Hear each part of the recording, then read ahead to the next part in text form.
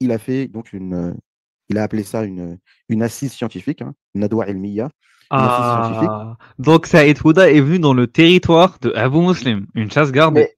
Mais, mais tu vois, donc il te dit quoi? Il te dit, il a fait une assise, Ah si, euh, une il a Nadwa fait une ilmiya. assise. Mais nous, on fait des hagra ilmiya. Ilmiya, Donc voilà. à chacun, hein, sa méthode. À chacun sa méthode. Euh, voilà, donc moi, j'ai même pas souhaité y participer parce que je sais que ces derniers temps, il est en mission pour critiquer. Ah, j'ai pas cité. J'en ai marre, mec. J'en ai marre. Pourquoi Oui, tu oui. n'es tu n'as pas, nous, on serait là-bas, on aurait participé. Nous aurions Ah, participé à cette et tu, conférence. Il n'y a et aucun tu souci. vois, Voilà. et c'est ça qui est marrant avec Abou Moussine. Qu'est-ce qu'on avait vu il y a quelques mois? Il critiquait les soufis de France. Hein, c'est ça, parce Oui. qu'on les voyait pas. Où es-tu? Et là, Abou Moussim, où es-tu? Lors de ce cours, on te voit pas, tu es un fantôme. Hein. Ah oui, mec, c'est ça le You are a problème. ghost, a ghost. Il faut Ah, assister. Il faut assister. aïe, aïe, aïe. Ibn Arabi et le tasawwuf de manière détournée, même s'il s'en défend. Et donc, j'ai écouté au hasard, j'ai pris, j'ai avancé à 1 heure pour écouter à peu près de quoi il parle. Et bien évidemment, il parle Ah, toujours tu de la vois, même Abou chose. Hija. C'est pas du tout professionnel, ça. Au Oui, hasard, il saute c'est une 1 heure. heure, nanani. Nous, on prend les vidéos de Abou Moussim, hein, toutes c'est quoi? x2, il n'y a pas de souci. Il n'y a pas de Ah, s'il y avait la possibilité sur YouTube de faire x3, x4, on ferait en x4. Et on écouterait tout, hein. On a accéléré. dommage, c'est D'ailleurs, vrai que... peut-être 2025, hein, 2025, peut-être que tu mettrais en x2. Ceux qui n'arrivent pas à suivre, il fallait suivre. Oui, oui, oui, c'est vrai, c'est vrai. Allez, x2, c'est parti. C'est-à-dire, le titre de sa conférence, c'est euh, les défis des Ash'ari à notre époque, en fait, les défis de la science du kalam à notre époque. Et pour lui, les défis en fait, des Ah, Ash'ari, que certains aiment appeler néo-Ash'ari, ça n'a aucun sens, d'accord? Soit tu es Ash'ari, soit tu l'es pas. Il n'y a pas de ancien Ash'ari, nouveau Ash'ari. Mais Ah, il ah, veut il n'a pas, il veut rien pas. compris, il n'a rien compris. Ya Rabak, Abou Moussim, hein, ne comprend pas le néo-ash'arisme et Alors il que ne comprend pas le on est tous au courant. proto-ash'arisme. Il ne Oui, comprend oui, oui, pas, bien sûr. justement, qu'il y a eu Il ne comprend pas. des étapes, il y a eu une rupture générationnelle entre Ash'ari, Juwayni, et Ghazali, et Baghdadi, voilà, et Taftazani par la suite. Il y a eu une rupture générationnelle entre les proto-Ash'ari, qui sont plus proches des Koulabites et des Hanbali, et dans lequel toi tu t'inscris, et des néo-Ash'ari, dans lequel s'inscrivent des Von Reich. Et oui, et Saïd Fouda d'ailleurs. C'est ça le problème. C'est ça le problème. ce que je veux dire, c'est que les Ash'ari en question dont, on parle, dont moi j'ai envie de parler ici, ce sont des Ash'ari qui, en fait, certains d'entre eux, beaucoup d'entre eux, ont compris que le dogme wahhabi c'est n'importe quoi. Beaucoup d'entre eux ont compris que le dogme wahhabi c'est n'importe quoi. Donc, ont accepté l'Ash'arisme. Mais par contre, on dirait qu'ils veulent quand même se Abou défouler Hija, sur le tasawwuf. Je dis, ok, on veut. Oui, comme si le dog ash'ari, ce n'était pas du n'importe quoi. n'importe quoi. Voilà, alors qu'on est tous les deux d'accord que c'est n'importe quoi. Et viens le défendre. Viens défendre la morale ash'arite. Viens défendre la rationalité ash'arite. Nous t'attendons. Nous t'attendons. On veut bien comprendre que la le dogme wahhabi, c'est n'importe quoi, mais par contre, le tasawwuf, vous allez nous entendre. D'accord et de Saïd Fouda, à notre époque, il est le porte-parole dans le monde arabe, hein, et il a beaucoup d'élèves chez les francophones, chez les anglophones, qui vont propager un peu cela. Donc en gros, je tiens à vous faire un retour, immortaliser un retour par rapport à ce que je pense du discours de Saïd Fouda. C'est pas ce que je pense, mais c'est que nos machères nous enseignent et nous font comprendre, et depuis des siècles. Sauf que la position de Machir, c'est d'avoir beaucoup de compassion et beaucoup d'indulgence vis-à-vis de ces gens, de ces Ash'ari, parce qu'on est quand même. On va pas se comporter avec des Ash'ari comme avec des Wahhabis, d'accord? Donc ils ont beaucoup d'indulgence. Ah, c'est sombre ça, Ah mec. Ah, oui.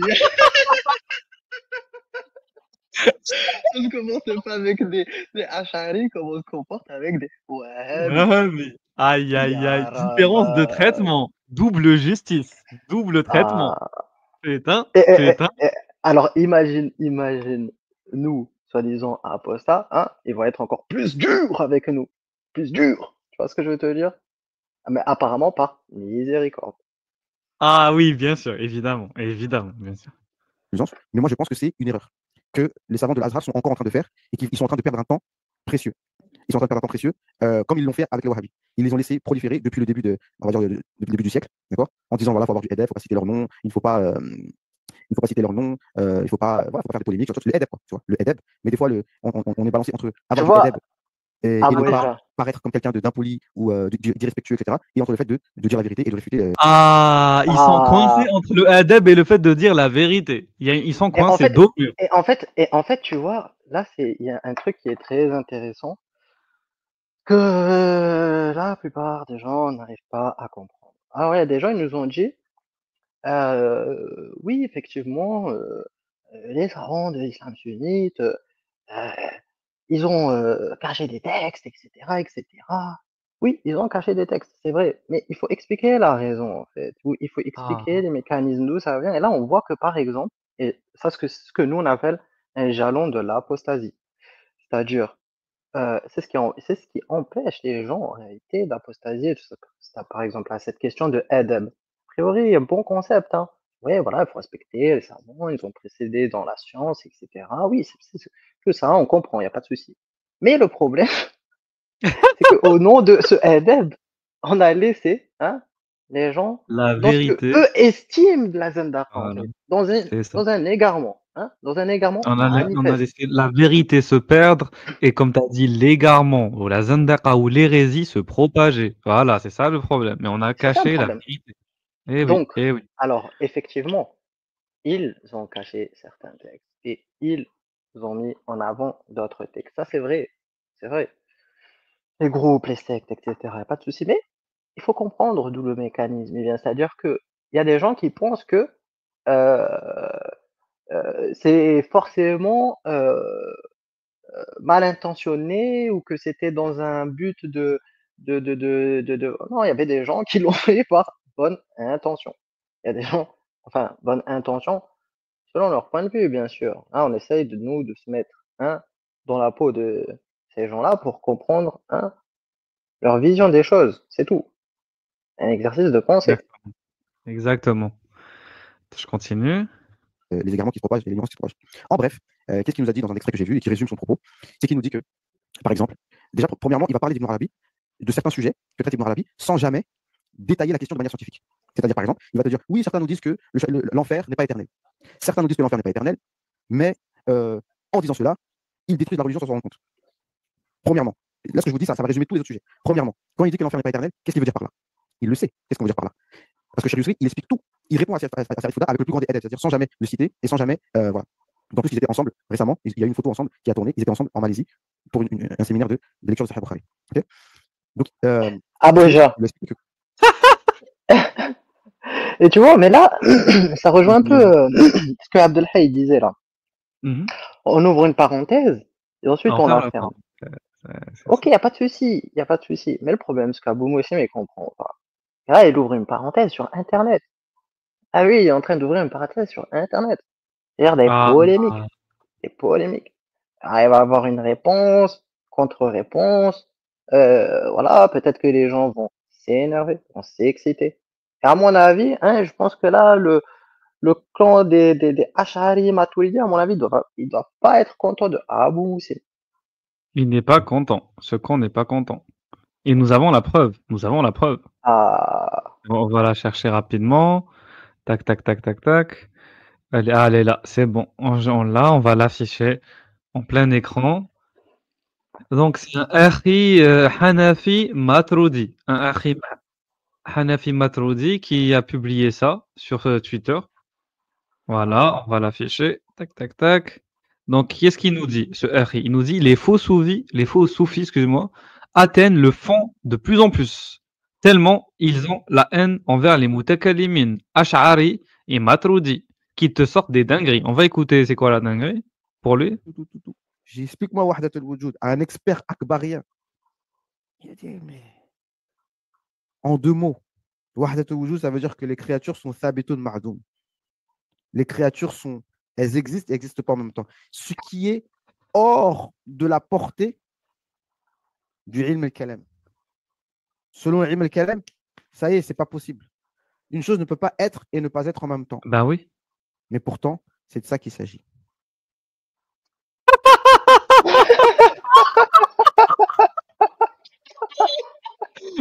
C'est le chat de Schrödinger. C'est le chat.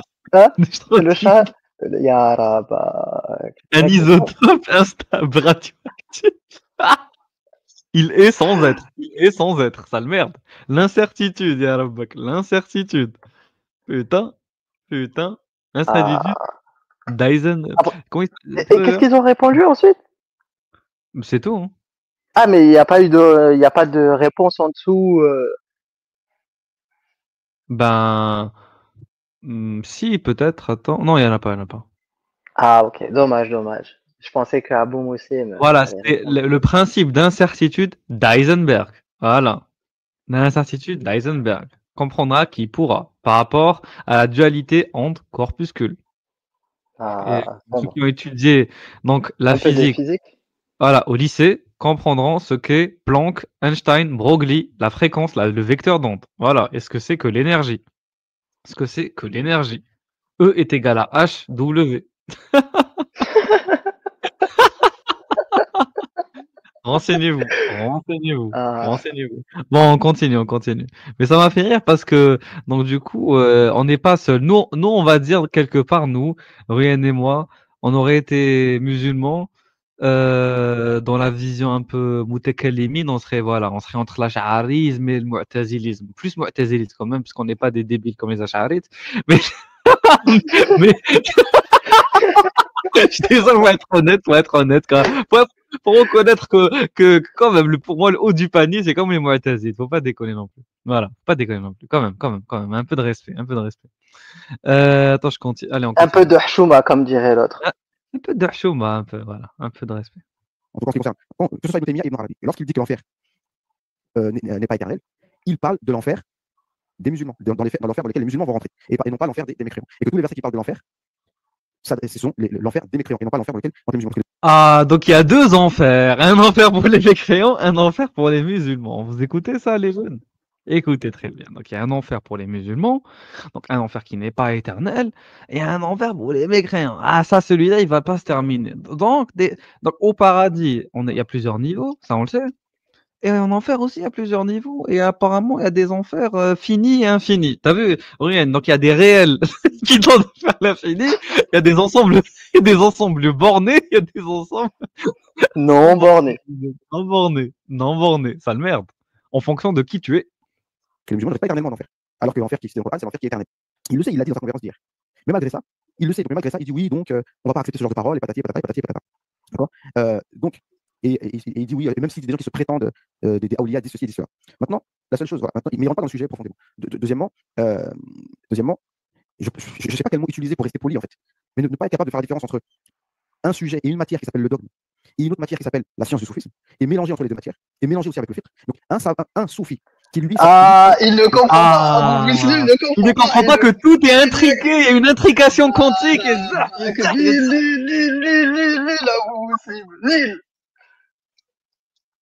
Il te dit, il n'y a pas de relation entre le fiqh et le dogme. Ben si, parce que dans le fiqh, on dit que celui qui a un dogme hérétique, il peut être exécuté. Ça merde, un zindiq peut être exécuté. Ça merde. Ah, et oui. Il te dit non, c'est des domaines séparés. Non, ce sont des domaines entremêlés. Au contraire, l'un influence sur l'autre et vice versa. Qu'est-ce qu'il raconte, mec? Il a voulu les séparer. Mesquine, il ne comprend C'est de la folie. rien. C'est de la folie. C'est de la folie. Rien. Dans une matière précise, un domaine précis qui est le soufisme. Quand il va dire des avis juridiques, qui est un autre sujet, ou des avis du dogme, qui est un autre sujet, bah, il parle de ça dans le cadre du soufisme. Et non pas, ce n'est pas un livre de soufisme, ce n'est pas un livre de fiqh en tant que tel. Et ce n'est pas un livre de dogme en tant que tel. Donc pourquoi juger une parole qui est dans le soufisme à la lumière du fiqh, pour en parler à la lumière. Ah, parce que dans le fiqh, on juge justement les paroles hérétiques, qui peut constituer du blasphème. Qu'est-ce que tu ne comprends pas dans ça, bon musulman? Qu'est-ce que tu comprends pas dans ça? Et pour juger de ce qui relève du blasphème ou non, on s'intéresse à la aqida. C'est ce qui va Non, mais c'est de la folie, mec. C'est trop. Il te dit c'est des domaines séparés. Mais non. Non. Je t'avais dit que cette vidéo allait être une golden pépite. Moi, je t'ai dit, j'avais écouté jusqu'à 3 minutes, mais j'avais pas écouté jusque-là. Mais je savais que ça allait être intéressant. Exactement. Mais c'est horrible, mec. Les gens ne comprennent rien. En plus, t'imagines un beau musulman qui imagine et qu'il est sous la supervision de Cheikh Yousri, hein, un ténor, mec, un ténor de la Aqidah islamique, hein, à Al-Azhar, l'université, l'une des universités les plus prestigieuses et les plus glorieuses du monde islamique contemporain, et il ose sortir des absurdités, des inepties pareilles. Oui, oui. Mais c'est là où tu te poses, c'est là où tu te dis qu'il y a un problème, en fait, dans la méthode de Oui, l'apprentissage, etc. Trop segmenté. Le mec, il t'a dit, la Aqidah, le faire, pourquoi vous lisez à la lumière du truc? Putain, il est sérieux. C'est ça, le mec, il a rien compris, il a pas compris que, t'auras beau, imaginons, vas-y, on va dire que c'est séparé, ok, ouais, séparé, y a pas de souci. Mais au final, euh, on est d'accord que la Aqidah, c'est important. Si le mec commence évidemment. à raconter des inepties sur la Aqidah, les gens, ils vont peut-être suivre ça. Et après, dans le fiqh, mais qu'est-ce qui se passe s'il y a des gens qui suivent ces inepties? Ah, il a rien compris, mec. Il pense que c'est des choses qui sont séparées. Hein. Je sais pas dans quel monde il vit, peut-être le monde des possibles de l'acharisme, hein, des possibilités, la contingence, tout ça. Hein. Et nous, on te parle du réel, akhi. On te parle du Ah, réel. Il est temps de se connecter, de se brancher. Et d'ailleurs, c'est paradoxal, puisque le mec, il te dit, hein, apparemment, il s'ancre dans le réel, puisqu'il te dit, oui, voilà, les Ash'aris sont perdus, laisse les Wahhabis, ceci, cela. Mais dans le même temps, après, il te dit, mais non, mais la Rafida, le fiqh, il n'y a aucun lien entre les deux.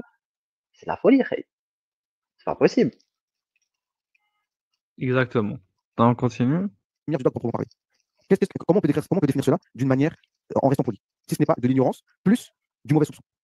Parce que là, ça n'a rien de scientifique. C'est de l'ignorance et du mauvais soupçon, tout simplement. Après, tout le reste, c'est que des excuses, c'est que de l'apparence scientifique qui n'en est pas en fait. Deuxième chose, dans une autre vidéo, il dit qu'il y a 3 types de personnes vis-à-vis d'Ibn Arabi. Il y en a qui disent que les paroles qui lui sont attribuées, qui sont bizarres, sont fausses, sont des mensonges contre lui. Il y en a qui disent, oui, ces paroles sont vraies, mais il faut les interpréter à la lumière du dogme authentique de Al-Sunnah. Donc les paroles bizarres, tu les interprètes d'une bonne manière. Comme par exemple, le châtiment de l'enfer va prendre fin, et ben, il faut comprendre ça, le châtiment des musulmans. Comme ça, il n'y a plus de problème. C'est-à-dire que la parole a l'air bizarre, mais on l'interprète à la lumière du dogme. C'est très sombre, mec. La parole a l'air bizarre, mais si on arrive à détourner en utilisant une grille de lecture très biaisée, on pourrait la rendre plus bizarre. Voilà. Enfin, vous avez compris, la rendre normale, quoi. Voilà. On enlèverait la Et tu vois, bizarrerie. Voilà. et c'est ça que les gens n'ont pas compris lorsqu'on disait, oui, il y a des gens qui apostasient pour des raisons. Oui, parce que ils ont trouvé quelque chose de bizarre. Mais s'ils le relisent à la sauce Ahlus Sunnah wal Jama'a, ou peut-être une autre sauce, hein, une autre secte, on sait même pas laquelle, hein, les gens vont revenir à l'islam. C'est ça que les gens ne comprennent pas. Les gens, ils pensent que oui, Voilà. voilà, les gens ils ont apostasié pour des raisons émotionnelles, cela, oui, ok. Mais on avait vu avec Fath al-Bari ou d'autres livres, hein, où là il te dit Abu Boussim, hein, si on arrive à relire certaines contradictions à la lumière de l'orthodoxie, parce que eux estiment l'orthodoxie, ça va passer, ça va passer. Et en fait, Donc, c'est là, je pense, ouais. et moi je pense que la force, en tout cas des Mhm. Ash'ari, hein, ou en tout cas de ceux qui ont essayé de faire une orthodoxie islamique, hein, c'est qu'ils ont toujours essayé d'aller dans le bon sens entre guillemets. Ah, bon, il y a une Exact. contradiction, on va trouver une hila. On va trouver une hila, mec. On va trouver un tour de passe-passe. Exactement. Et ça, je pense que c'est vraiment leur plus grande force. Et c'est vraiment de la folie des gens. Oui. Ne se rendent Oui. pas compte que les mecs, ils s'adaptent, ils se mettent à jour. C'est comme il y a des gens, ils te disent, oui, il y a une contradiction. Les gens sont encore bloqués au 7e siècle. Oui, parce que c'est construction sur construction sur construction. Adaptation sur adaptation. Au début, les mecs, hein, ils t'ont dit, par exemple, lorsqu'il y avait différentes évolutions scientifiques, bien sûr, les mecs, ils étaient contre. Après, ils sont adaptés. Ils ont, ils sont adaptés. Ils ont pris le truc, alors, et ils l'ont même réexploité. Donc, au début, ils étaient pas trop pour l'imprimerie et tout. Et après, ils ont édition massive. Internet, pareil, le truc. Mais maintenant, ils utilisent Les alors, photos, avantage. au début, ils étaient réticents et ensuite, voilà, ils sont rentrés dans le game. Exactement. Et c'est ça que les gens, ils arrivent pas à comprendre, c'est que il y aura toujours des mecs déter pour prendre la relève. Des mecs comme Ataparo, des mecs comme je sais pas qui, des mecs comme Abu Muslim, hein, pour essayer hein, de mettre le truc à jour. Exactement. Mais le problème, c'est que là, c'est très intéressant. Il te dit, c'est un problème que l'enfer soit éternel, mais si on dit que c'est voilà que pour les mécréants, que c'est éternel et pas pour les musulmans, ça passe. C'est bon, on est rassurés. Les musulmans sont rassurés. Ah, ok, ça va. Ça va. C'est les mécréants qui vont se prendre l'éternité et pas nous. Nous sommes rassurés. Et comme tu as dit, c'est ça le problème. C'est que le texte, lui, le Coran, allez, on va le dater, pour être gentil, du 7e siècle, voire de la première moitié du 8e et de la fin du 7e siècle. Il n'y a aucun souci. Mais derrière, comme l'a expliqué Ruyen tout à l'heure, il y a eu des constructions, voilà, donc au fur et à mesure des siècles, théologiques et juridiques, et même gnostiques, pour parler du soufisme. Il y a ce qu'on appelle une stratification de la pensée islamique. Voilà, je parlerais même de sédimentation de la pensée islamique, pour ceux qui ont fait un peu de géologie. Voilà, sédiment sur sédiment sur sédiment. Il y a eu On est en train de faire du carottage historique. Il y a Abou Muslim, il te dit, ça n'a rien à voir. Lui, il a rien compris. Déjà, le mec, il sort des bases totalement nul. Voilà, branlantes, des bases branlantes, des bases effritées. Continue. Orthodoxe.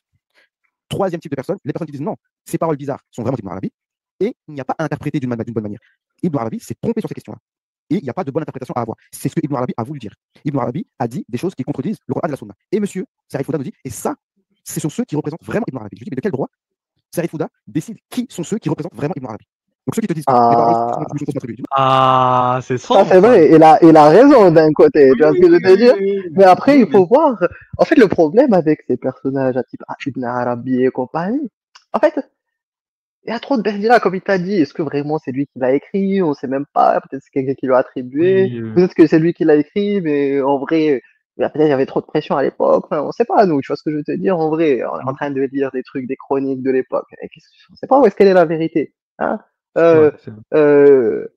Les vaincus racontent l'histoire, hein, mais les vainqueurs l'écrivent. C'est ça, non? Oui, Donc, oui. à partir de là, L'histoire bon. est écrite par les vainqueurs, oui. Mais supposons, dans tous les cas, on regarde, on essaie de faire une fouille archéologique, on va, bon, c'est ses écrits. Abou Moussim, moi je sais pas, est-ce que le mec il a voulu dire ça? On te pose la question. Ah, s'il a voulu dire ça, il a voulu dire ça, il s'est trompé, c'est pas grave. Et en plus, regarde mec, c'est ça qui est fou. Normalement, ils te disent, le mec il s'est trompé, il y a une hasana pour avoir Ah, essayé. Mais s'il réussit, il en a 2. Mais pourtant là, en fait, tu vois, c'est ça la schizophrénie de ces mecs, c'est que là, il s'est trompé, mais non. mais on lui pardonne pas, on lui en veut, Non, on lui en veut, en voulant. Voilà, donc, Ah, mais non, pourquoi? non. Parce que ça touche la Aqida. Parce que tu peux égarer Ah. des gens. Moi, je Ah, merde. dirais que ça touche Eh oui, la c'est ça le Aqida problème. et ça touche le nefs. C'est surtout que ça touche le nefs. Voilà. Il n'a pas Ah, envie d'être parmi la secte qui s'est trompée. Voilà. Ça touche à son nefs.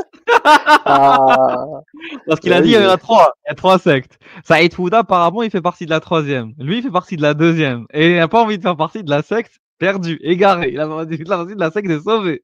C'est pour ça qu'il n'est pas bien. Il n'est pas bien. ah, Non, c'est pas vrai. c'est Elles sont sombre. vraies, elles sont vraiment attribuées. Donc c'est pour ça que et j'en parlais d'ailleurs avec MDS. Puis MDS, c'est contradictoire dans le faire. On permet la divergence, mais dès qu'on rentre dans la Aqidah, là c'est fini. Là la divergence n'existe plus. Tout ne devient qu'orthodoxie et qu'hérésie.